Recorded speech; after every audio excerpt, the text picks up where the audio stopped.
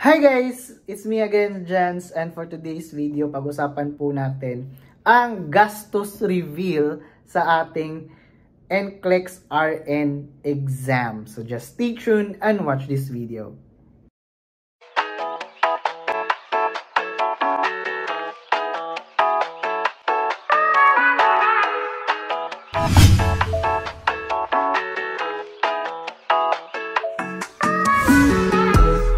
So ayan nga guys, at pag-usapan nga po natin yung gastos reveal natin sa ating DIY or self-review sa ating NGN NCLEX RN exam. So magkano nga ba yung nagastos natin sa ating self-review? Nag-self-review lang po ako guys for 8 months. 8 months ko siyang ginugol para sa ating NCLEX RN exam, at ayun nga, at pumasa nga tayo sa ating NCLEX RN at USRN na tayo. Alright, thank you Lord.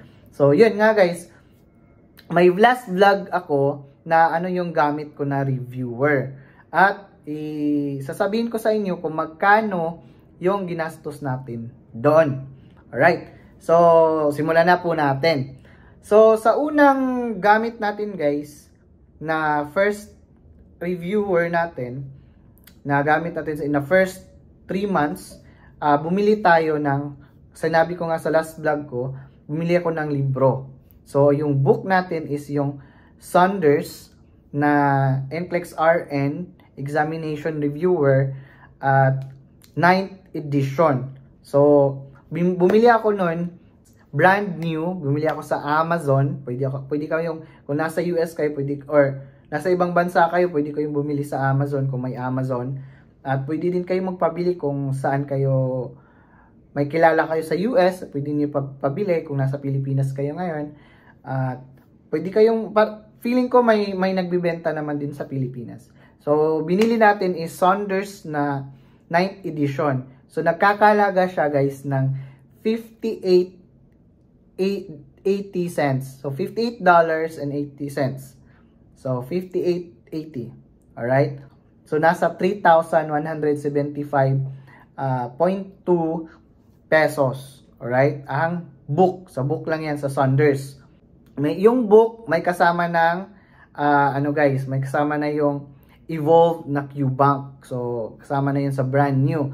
Kasi kung bibili kayo ng second hand, kung gusto niyo ng QBank sa Evolve na kasama sa Saunders, separate nyo yung bilhin kung hindi siya sa brand new.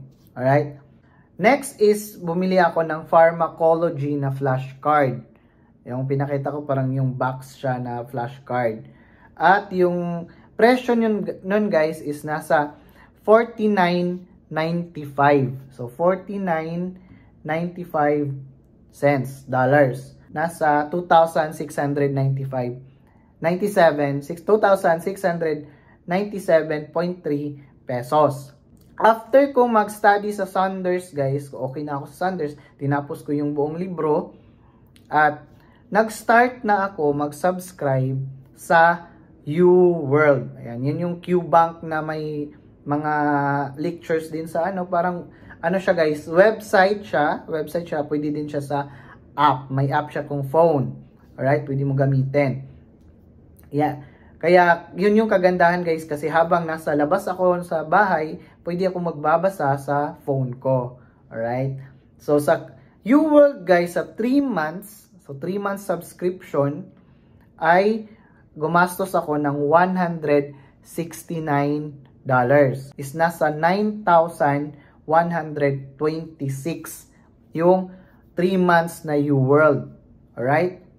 3 months pa lang yun guys. After 3 months, expire siya. Tapos, kailangan ko pa ng 1 month kasi yung schedule ko is August 30 pa. So, nag-expire siya ng July 24. So, kailangan ko pang mag-extend ng 1 month. So, may extension ako na 1 month sa UWorld na nagkakalaga ng $89. Is nasa 4,806. Total of UWorld natin is 4 months. Is $258, is nasa 13,932 pesos. So, yun yung gastos natin. So, yun yung gamit natin guys. Tatlo lang yung gamit ko na reviewer. Si Saunders, si Pharmacology Flashcards, at si UWorld. Yan lang yung gamit natin guys for DIY or self-review. Alright? So, yung total niya guys na nagastos natin sa tatlong reviewer na yon is $366.75. At in peso times 54, nasa 19,804.5 pesos. So, yun yung, sa review lang yan guys ha. Yan yun lang yung review natin na nagastos natin. Depende na din yan sa rate in peso. So, in US dollars, nasa 366.75 siya. Pero in peso, around nasa 20,000 pesos yung nagastos natin sa tatlong reviewer na ginamit natin. At guys, hindi pa kasali yung application ninyo sa state or board of nursing. Kasi kailangan nyo, before kayo mag-review, yung ginawa ko, before ako nag-review, nagpa-approve muna ako sa aking state board of nursing kung saan ako mag-apply. Like sa aking part is nag-apply ako sa Board of Nursing sa State of New York. So, hindi ko na sinama yung magkano yung ginastos ko kasi hindi naman siya pare-pareho sa mga state. Ayan. At hindi din pare-pareho yung presyo ng application nyo or documents nyo from school. So, hindi ko na siya sinama. Pero yung Board of Nursing ng New York, hindi naman siya totally mga around $150. Ganun lang yung presyo. At ganun lang yung presyo ng school ko is in peso siya. Hindi ako sure kung magkano yung binayad ng mama ko. Kasi yung mother ko yung nag-file. So, depende na yan sa school. At depende na kung anong state ang Board of Nursing yung a-applyan nyo. I-check nyo na lang po sa mga website ng mga Board of Nursing. At saka guys, may babayaran kayo pag may ATT na kayo na tinatawag na after application ninyo sa mga Board of Nursing na approved na kayo, bibigyan kayo ng authorization to test or ATT. At pag meron na kayong ATT, pwede na kayong mag-apply sa Person's View, yan yung sa NCLEX RN exam ninyo. At may babayaran kayo na $200 para sa exam fee. One-time payment lang po yun guys. Kailangan mong bayaran in one exam lang. Alright? Kasi kung mag-retake ka, magbabayad ka ulit ng $200. So, every exam, $200. Alright? Times 54, nasa 10,800 pesos per exam. Ganun kamahal guys. ang mahal ng exam. Kaya kailangan pasahin in one take kasi sobrang mahal. Kaya sabi ko, one time lang talaga dapat kailangan mag-aral ng mag-aral. Kaya 8 months yung ginugol ko para sa exam na to. Kaya yun yung gastos natin. Nagkakahalaga lang naman ng almost 30,000 pesos sa exam at sa review. Alright guys, hindi pa kasama nung application guys ha. So mga around 30 to 40,000 pesos yung kailangan mo for DIY and self-review. Alright, sarili lang guys. Kasi kung dadaan kayo sa review center, iba din yung prices nun guys. Iba yung ano nila per review center. Like, pwede kayong Archer, so depende. So, may nakita din ako doon kay Mo. Parang may nakita ko. Sobrang mahal nung ano niya guys. Di ko afford. Parang nasa 900 to 1,000 per sa isang ano na yun guys. Parang isang topic or isang ano na ba, lecture.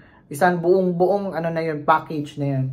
Kaya, depende. Pag-isipan nyo, i-research nyo kung anong magandang gawin or magandang reviewer, depende na po yan sa inyo. Kaya, share ko lang ito kung magkano ang self-review na ginastos natin. Gamit ang UWorld, Saunders, at yung flashcard natin. Alright? So, sana po na-encourage kayo at sa ating na-share ngayon, kung para ma-budget po ninyo kung gusto nyo pong mag-take ng NCLEX RN exam. So maraming salamat po sa panunood.